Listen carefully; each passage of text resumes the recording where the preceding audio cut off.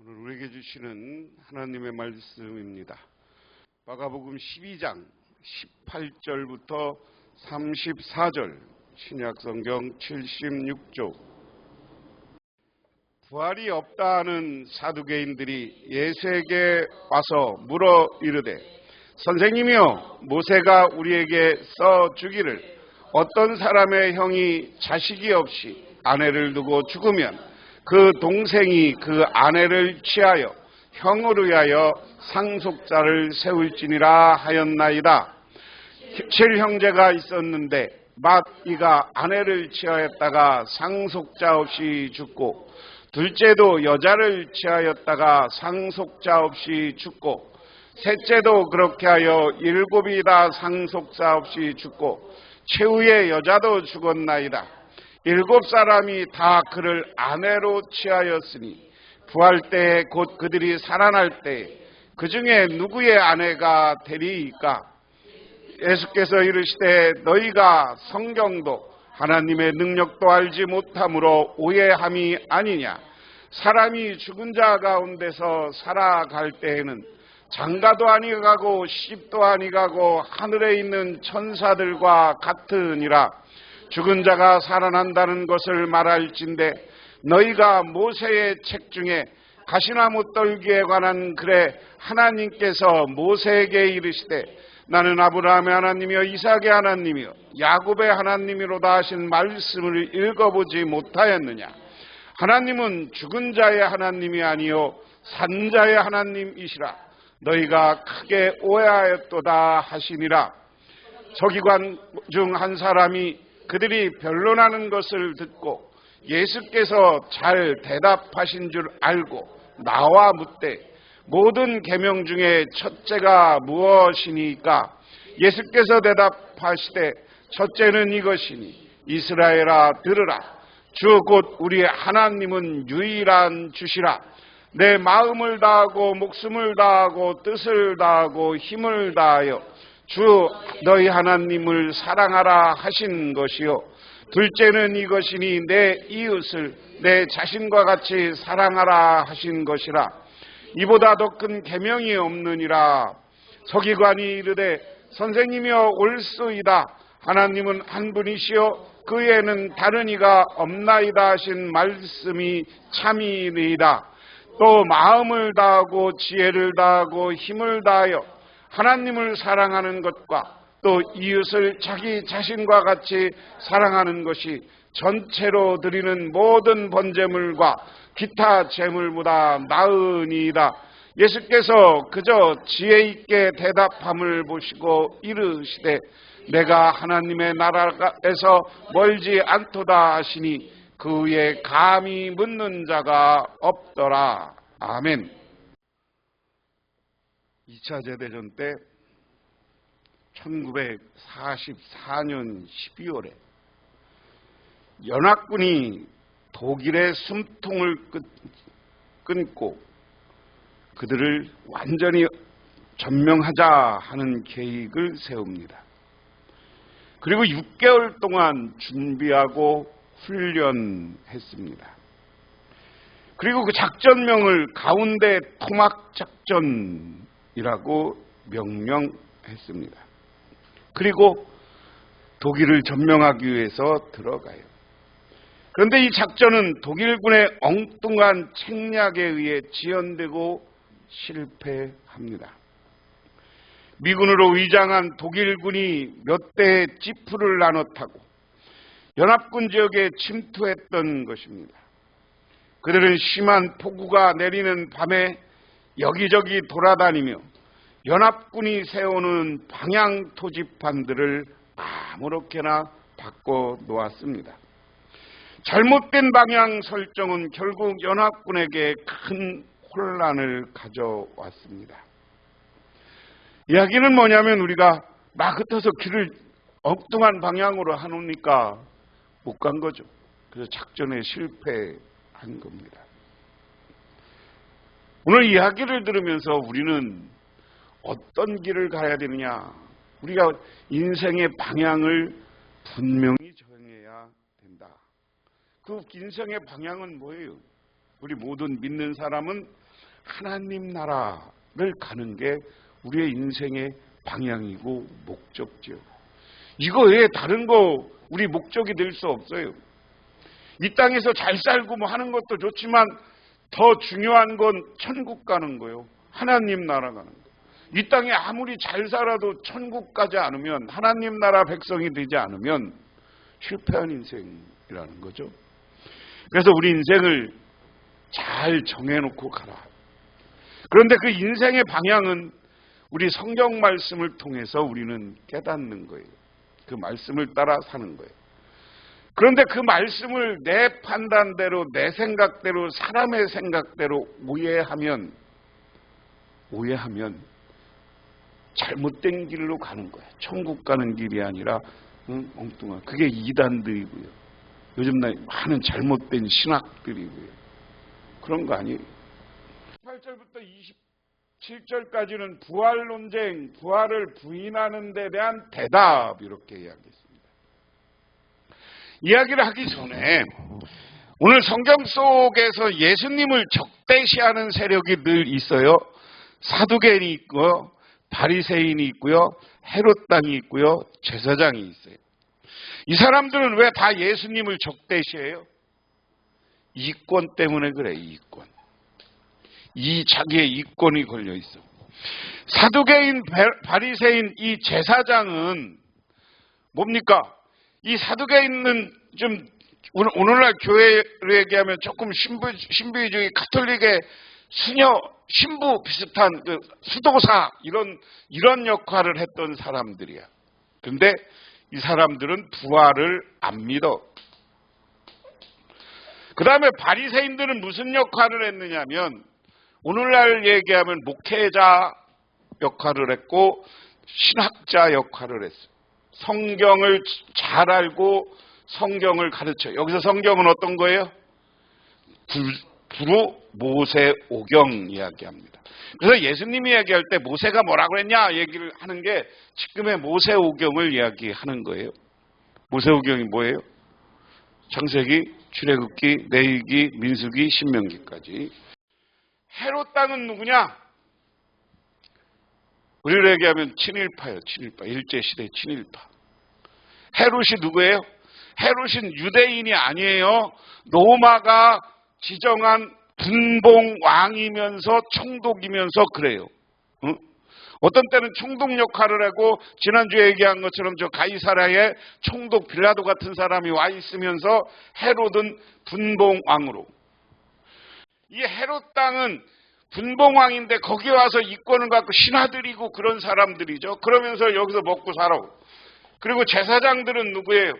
오늘날로 얘기하면 사제, 가톨릭의 사제와 같은 역할을 했던 사람이에요. 오늘 목회자 이렇게 이야기해요. 근데 이 사람들은 공이 헤롯 왕을 빼놓고 성전에서 이권을 챙기고 하나님의 성전과 그리고 레위인들 이런 사람들은 각 지역에 해당해서 요즘 말하면 월급 받고 살았단 말이에요. 그 월급을 어떻게 받느냐? 11조는 사실은 이 바리새파 사람들, 이 사두개인들, 제사장들 먹으라고 11조를 한 거야. 응? 그래서 이 사람들은 그걸 가지고 다 성전에서 이익을 챙겼단 말이에요. 근데 예수님이 와서 이 성전을 딜러 엎으면서 이 독사의 자식들아 여기를 장사꾼의 소굴로 만들었느냐 그러면서 엎었어. 지금 시점은 그런 거예요. 그래서 이 사람들을 막 예수님이 욕했단 말이야. 잘못되고 독사 같은 사탄이라고. 독사의 자식들이라는 거예요. 성경에서 뱀은 뭐예요? 응? 성경에서 뱀은 다 사탄이에요. 사람들이 지금 예수님한테 다 자기 이권을 가지고 먹고 사는 문제를 건드리니까 예수님한테 질문하는 거예요. 왜 질문해? 예수님이 대답을 잘하면 그냥 수긍을 하겠지만 예수님이 대답을 잘못하면 어떻게? 그거 갖고 예수님을 죽이려고 하는 음모야. 오늘도 그 얘기예요.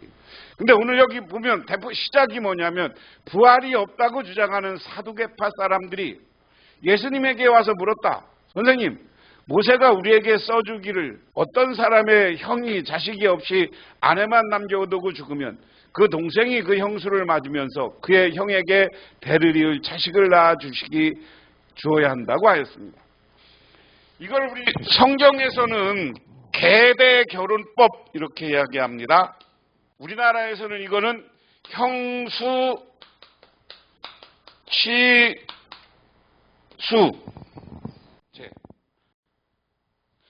이것은 이 계대거론법과 형수취수제는 문화적으로 어디에 남아있는 거냐면 유목민들 문화예요. 우리나라도 고구려까지는 그런 형수취수제가 있었다는 거죠. 고려시대까지는. 유목민들은 어떻게 자기들끼리 가서 살아. 우리가 모든 결혼법을 자꾸만 조선시대를 지나고 나서 우리 성리학적 유교적 결혼법으로 모든 것을 생각하면 안 돼. 왜냐? 자기들끼리 가는데 형이 죽었어. 그럼 이 형수 어떡할 거야?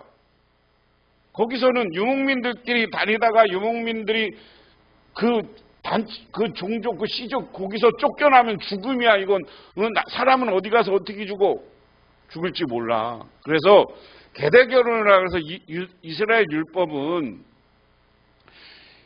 형이 후손이 없이 죽으면야 이해를 잘 하셔야 돼요. 후손이 없어지면 그 형의 대를 잇기 위해서 형수가 그 동생하고 결혼을 해야 되는 거예요. 그래서 첫 아들은 형의 아들로 삼는 거야. 성경에 나오는 계대 결혼법이에요. 그걸 가지고 지금 시비를 거는 거예요. 쭉 얘기가 쭉 그런 얘기해 보면, 자, 형제인데 형제가 7이나 있었는데 그 마지가 아내를 얻었는데 죽을 때까지 자식을 남기지 못했단 말을 꼭 해요. 그래야 둘째가 형수를 맞아드는데 그도 자식을 남기지 못하고 죽고 셋째도 그러하였습니다. 7 모두 자식을 못하고 맨 마지막으로 그 여자가 죽었습니다. 그들이 살아나 부활할 때 그 여자는 그 가운데 누구와 아내가 되겠습니까? 7이 모두 그 여자를 아내로 맞아들였으니 말입니다. 이게 자 생각해 보세요. 하나님의 일, 부활이라는 이야기, 조금 더 예수님이 얘기하지만 자꾸만 내 생각, 세상적인 기준에서 무엇을 판단하려고 하지 마세요. 하나님이 하는 일, 우리가 교회에서 하는 일은 우리가 아까 얘기한 것처럼 마음 앞에서 기도해보고 하나님의 역사가 있기를 바라야지. 내가 생각한 것 가지고 암문해도 이거 내가 생각해보니까 안 돼요. 그건 내 생각이지. 하나님의 생각이요, 내 생각이요. 자꾸만 내 계산, 내 방법대로 하나님이 하는 일을 축소시키지 말라고. 하나님은 어떤 분이에요? 전지전능하신 분이에요. 우리에게 능력을 주시는 분이야. 역사하시는 분이야. 인류 역사 가운데 개입해서 불가능한 것을 가능하게 만드는 분이 바로 우리 하나님이신 줄 믿으시기 바랍니다. 그런데 우리 교회에서도요, 분란이 생기고 어려움이 생기는데 다 보면 내 생각대로 뭐를 맞추려고 그래. 목사님을 내 생각대로 맞추려고 그러고 교인을 내 생각대로 맞추려고 그러고. 그래서 오늘 자꾸만 자기 생각만 하면 예수님이 부활하고 자기 윤리적 기준, 자기 사람의 기준으로 보면 부활하고 결혼해야 되는데 그럼 누구랑 살아요? 그렇게 묻는 거야, 예수님한테. 그러니까 예수님이 뭐라 그래? 너는 성경도 모르고 하나님 능력도 모르니까 잘못 생각하는 것이 아니냐. 야, 성경에 어디 부활하면 결혼한다고 그랬어. 하나님이 그렇게 네 생각대로 있는 하나님이야? 아니야. 너는 하나님도 잘못 이해하고 있어. 여러분, 그래서 자꾸만 여러분 생각대로 교회에서 주장하면 하나님이 하나님한테 하나님의 능력을 믿고 하나님 앞에 맡기시기를 바랍니다. 그래서 하나님한테 나중에 예수님한테 혼난 것처럼 너 잘못 생각하고 이 땅에서 예수 믿다 왔지, 천국 가서 예수님이 여러분 심판할 때 혼나지 말고 너그러운 마음 가지시기를 바랍니다. 그래, 하나님의 뜻이 무엇일까를 우리가 갈구하고 기도하고 지혜를 달라고 해야 되는 거예요. 그러면서 뭐라 그래? 사람은 죽은 사람 가운데서 살아날 때는 장가도 가지 않고 시집도 가지 않고 하늘에 있는 천사들과 같다. 할렐루야. 왜? 이 땅에서 살아가는 네 삶의 방식이 죽었다 살아난 부활한 영혼까지도, 부활한 몸까지도 그러려고 하느냐? 그것은 새로운 신비의 세계다. 예수님은 그 얘기예요. 우리는 부활 안 해봤으니까 모르는데 오늘 예수님은 우리는 천사와 같다고 그랬어요. 부활한 사람은 천사와 같다는 것은 천사에게는 인간적 한계와 공간적 한계가 없는 거예요. 예수님이 문 닫고 기도하는데 부활한 예수님이 어떻게 했어요? 벽을 뚫고 들어왔어요. 그렇죠? 그리워 안 그리워? 그렇잖아요. 예수님은 그래서 부활한 모습은 예수님이 부활해서 보여줬어. 근데 오늘 미리 얘기하는 거예요. 왜 부활한 것은 태국의 신령한 모습으로 변화되는 건데, 그래서 우리가 부활을 가장 많이 예를 드리는 게 나비를 예를 들어요. 나비가 뭐예요? 애벌레가 확 가다가 꽃이 가다가 거기서 팍 나오면 나비가 돼. 근데 이 벌레는 이 나비의 세계를 알아 몰라? 몰라. 근데 나비는 어때? 훨훨 하늘을 나는 존재로 바뀌어. 겨다니든 애벌레가. 근데 자꾸만 우리가 겨다니는 애벌레 수준에서 생각하지 말라고요. 나비처럼 훨훨 나는 모습을 보며 저 신비한 하나님 나라와 신비한 세계를 바라보는 저와 여러분이 되시기를 주님의 이름으로 축원합니다. 그건 내 얘기가 아니라 오늘 예수님이 해주는 얘기요. 하늘에 있는 천사들과 같아지는데, 신령한 존재로 바뀌는데 왜 자꾸만 여기서 결혼하고 그럼 여자가 남편 7명하고 같이 살아야 되느냐? 왜 네 생각, 애벌레 같은 생각만 하느냐? 그 얘기예요. 그러면서 죽은 사람들이 살아나는 일에 관해는 모세의 책에 떨기나무 이야기가 나오는 대목에서 하나님께서 모세에게 어떻게 말씀하셨는지는 너희가 읽어보지 못하였느냐? 하나님께서는 모세에게 말씀하시기를 나는 아브라함의 하나님이요 이삭의 하나님이요 야곱의 하나님이다 하지 않았느냐? 하나님은 죽은 자의 하나님이 아니라 살아있는 사람의 하나님이다. 살아있는 사람. 다시 말해서 죽어있는 것의 하나님이 아니라 우리가 죽었다 부활하면 어떻게 한 거예요? 살아있는 거예요. 그리고 아브라함의 하나님, 이삭의 하나님, 야곱의 하나님이라고 다시 이 모세를 부르면서 한 얘기는 그건 내가 네 조상들이 살아있을 때 복을 주고 살아있을 때 그들과 함께했고 살아있을 때 그들에게 다른 민족과 다른 엄청난 은혜를 내린 것을 너희들 보지 못했느냐? 야곱의 이야기를 하면서 정말 하나님은 신비한 하나님 체험 못했느냐? 야곱의 창세기 이야기를 들으면서 너 봐라. 야곱은 야복강 나루터에서 하나님 만난 체험을 했지 않냐. 그런 것까지 다 보지. 왜 네 애벌레 같은 생각으로 왜 결혼을 일곱 남편하고 살아요? 그 여자는 왜 그런 생각만 하느냐 하는 것에 예수님의 책망입니다. 그러므로 우리는 이 땅에 살아가면서 믿음 신앙생활 한다는 것은 저 영원한 세계를 바라보고 사는 사람들이야. 하나님 나라를 바라보고 사는 사람들이야. 우리는 구원받고 그 하나님 나라에 가는데 오늘 예수님의 가르침은 부활해서 신령한 모습으로 우리가 변화된다. 변환된다. 하는 것을 믿으시기 바랍니다. 그래서 분명히 하나님은 나는 살아있는 사람, 부활해서 너희들이 살아났을 때 우리 하나님을 다시 만나게 되는 것이지 죽어있을 때는 안 만나는 거예요. 믿으십니까? 그래서 이야기 속에는 뭐냐면 얘들 예수님 공격하는 사두개인 바리새파 헤롯 왕 제사장 얘들이 다 죽어있는 믿음이라는 거예요. 영적으로 죽어있는 믿음이라는 거예요. 자꾸만 교회에서 소망과 하나님의 능력을 바라보지 않고 부정적이고 야이 설마 그런 일이 있을까? 그러니까 그 생각하지 말고 우리는 다 서로 하나가 되고 정말 내 교리 이런 걸 탈피해서 하나님의 뜻이 무엇인가를 묻고 그 하나님 뜻대로 살아야 되는 줄 믿으시기 바랍니다.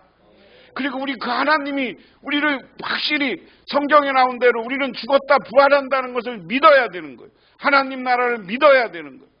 유명한 얘기가 있어요. 알렉산더에게 늘 알렉산더 주치의가 있었다는 거예요. 이 의사 말이 되면 알렉산더가 다 말을 들어. 근데 옆에 사람들이 시기하는 거야. 왜 알렉산더가 저렇게 저 의사만 신임할까? 그런데 어느 날 그래서 거기다 갖다 의사의 나쁜 것을 막 얘기했대. 그러니까 알렉산더가 그러더래. 그 사람은 그런 사람이 아니다. 나는 그 사람을 믿는다.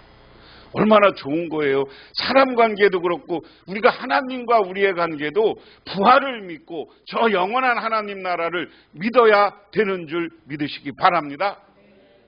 괜히 부활이 있나 없나. 그런데 우리는 확실히 부활을 믿어야 되는 거예요. 여기 사두개인 얘들처럼 예수님한테 시비 걸고 자기 생각대로 하면 안 되는 거예요.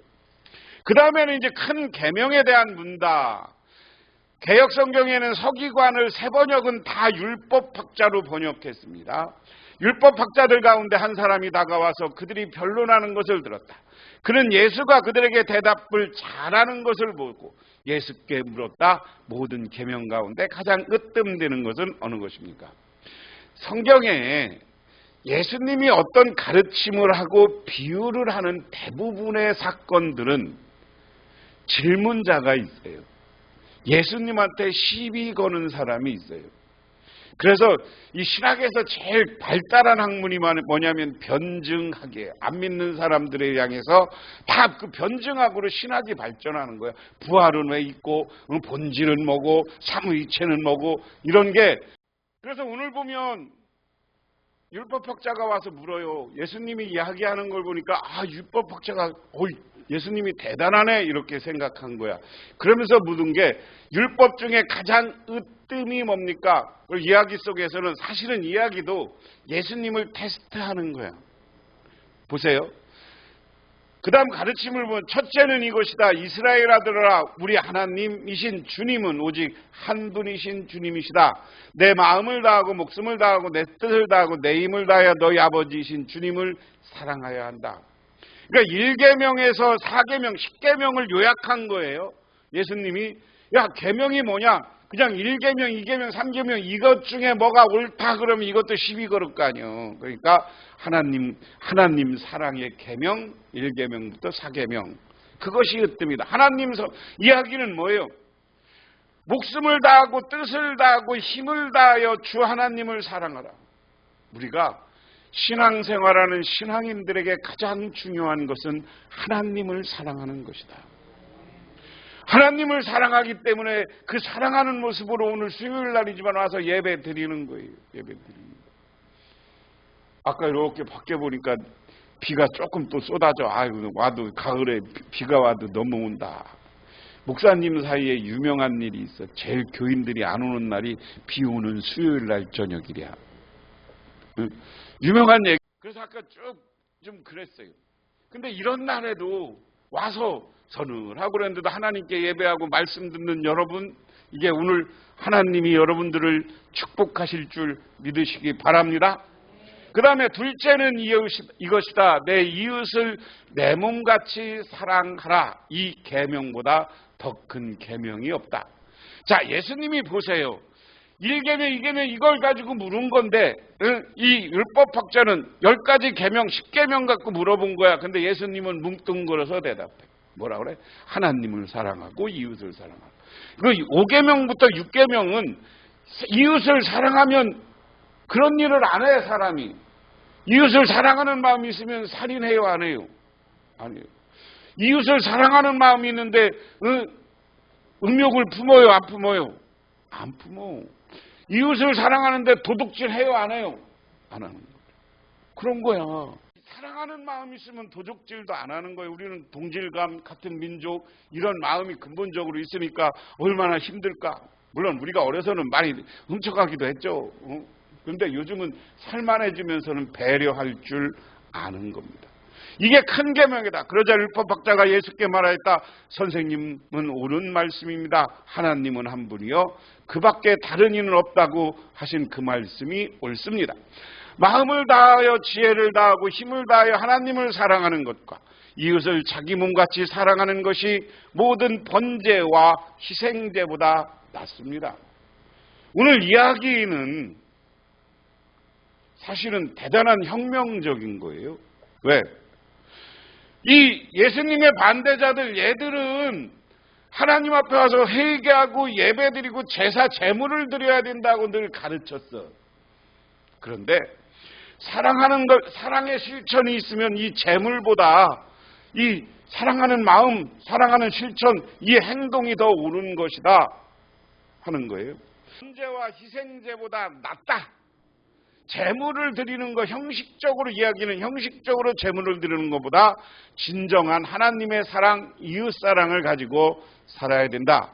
예수께서는 그가 슬기롭게 대답하는 것을 보고 그에게 말씀하셨다. 너는 하나님 나라에서 멀리 있지 않다. 이게 중요한 거예요. 이 말을 바꾸면 너는 하나님 나라에 간다. 부활을 따지고 했던 것보다 너는 율법학자임에도 불구하고 내 가르침을 듣고 그 사랑의 실천을 하려고 하는 모습을 보니까 너는 하나님 나라에 갈 거야. 하나님 나라가 가까워. 조금만 더 노력해. 이렇게 예수님은 말씀하고 있습니다. 오늘 우리가 이야기가 하나 있어요. 하늘과 하늘의 길, 땅길이라는 거예요. 나그네 둘이 여행을 합니다. 우리가 길을 가는데 어느 목적지까지 잘 가려면 어떡하나 그랬더니 한 사람은 하늘을 보고 가야 된다. 하늘을 보고 방향을 보고 해를 보고 달 보고 이렇게 탁 쳐다보고 가야 방향을 바르게 잡고 가야 된다. 그러니까 또 한 사람은 무슨 소리냐? 길은 땅에 놨는데 땅을 쳐다보고 길을 보면서 가야지 무슨 소리냐.